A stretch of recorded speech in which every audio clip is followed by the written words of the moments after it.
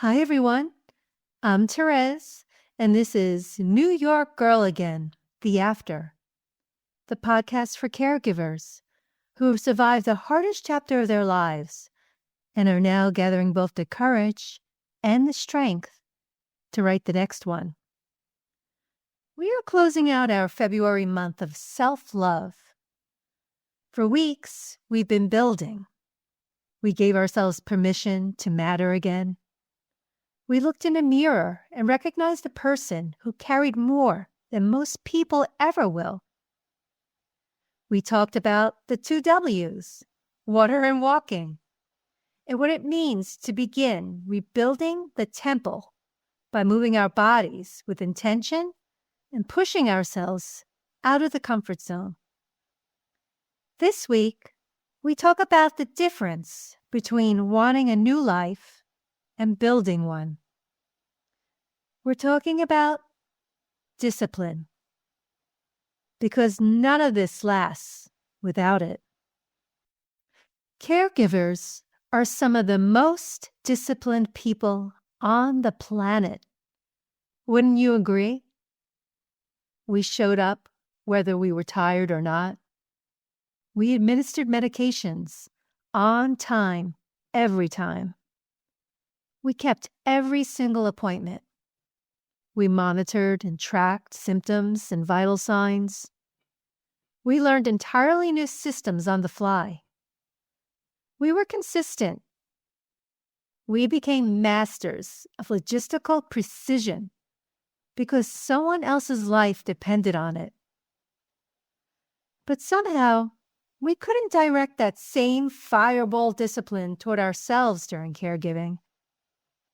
And when our journey ended, that discipline often collapsed altogether. But you need to know that the very discipline that kept someone else alive can build your next chapter. It just needs to be redirected. There comes a moment in the after where survival is no longer enough. You don't want to just get through the day. You want to be better, do better. You want to rise. And rising requires a higher standard. It requires clarity on who you are becoming and what truly matters to you now. A woman who moves her body daily? A man who protects his sleep? A human who keeps promises to themselves? Here is what neuroscience tells us. Your brain is constantly wiring itself around repeated behavior. What you do consistently becomes who you are. Neural pathways strengthen with repetition.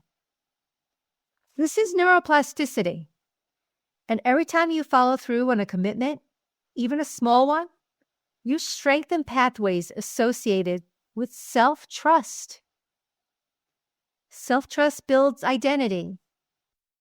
Identity drives behavior. And identity is far more powerful than motivation. Motivation is emotional, and discipline is structural. Motivation comes and goes. Discipline is a decision. When you raise your standard, you remove negotiation.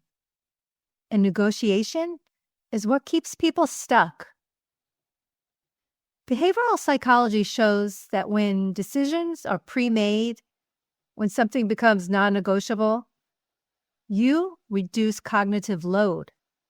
You stop wasting energy deciding. You simply act. When you decide, I move my body every day, it stops being optional. It becomes who you are. And when something becomes part of your identity, your brain works to stay consistent with it. We are wired for something called self-concordance, which simply means we are most motivated when our actions match who we believe we are. Your brain does not like internal conflict. If you believe you are disciplined, but you constantly break promises to yourself, your brain feels tension. If you believe you are strong, but you act small, there is friction. And your mind will work very hard to eliminate that friction, one way or another.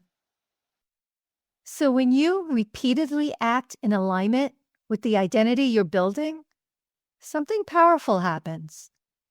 Your brain begins to say, "This is who we are now." And once that shift happens, the behavior requires less force. It feels natural. That's self-concordance. It's the alignment between belief and behavior. It's why someone who identifies as a runner goes for a run even when they don't feel like it, because not running would feel inconsistent with who they believe themselves to be. It's why someone who identifies as someone who keeps their word follows through, because breaking that promise would feel like betraying themselves. So discipline is not about white-knuckling your way through life. It's about deliberately shaping your identity and then letting your brain work in your favor. Every time you follow through, you reduce inner conflict. You build integrity with yourself. And integrity is what makes rising sustainable. This is how transformation actually works. Not from hype, but from repetition. When you drink the water, when you take that walk, when you lift the weight, you are not just building muscle. You are voting again and again for the version of you who keeps their word. Discipline is not about forcing yourself. It's about deciding who you are and then acting in alignment with that decision. This is how rising happens. Caregiving may have collapsed parts of you, but it also trained you. You developed endurance most people will never understand. You learned how to show up when you were exhausted. You learned how to keep going when your feelings were drowning you and said stop. Now you refine it. You elevate it. You redirect it. You become disciplined because survival was chapter 1. And this is your rise.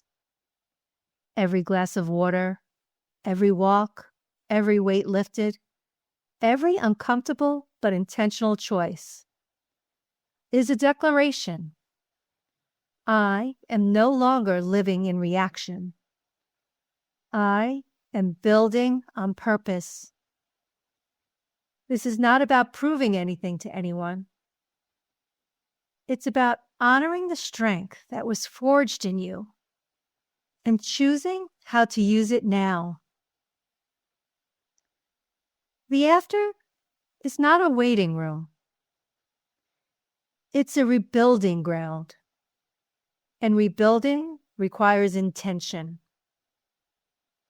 Self-love is not indulgence. It is self-respect in action. It is the discipline to show up for yourself when no one is clapping. You were disciplined enough to walk someone else to the very end of their journey. Now it's time to walk yourself forward. You are not starting over. You are carrying forward. You are becoming.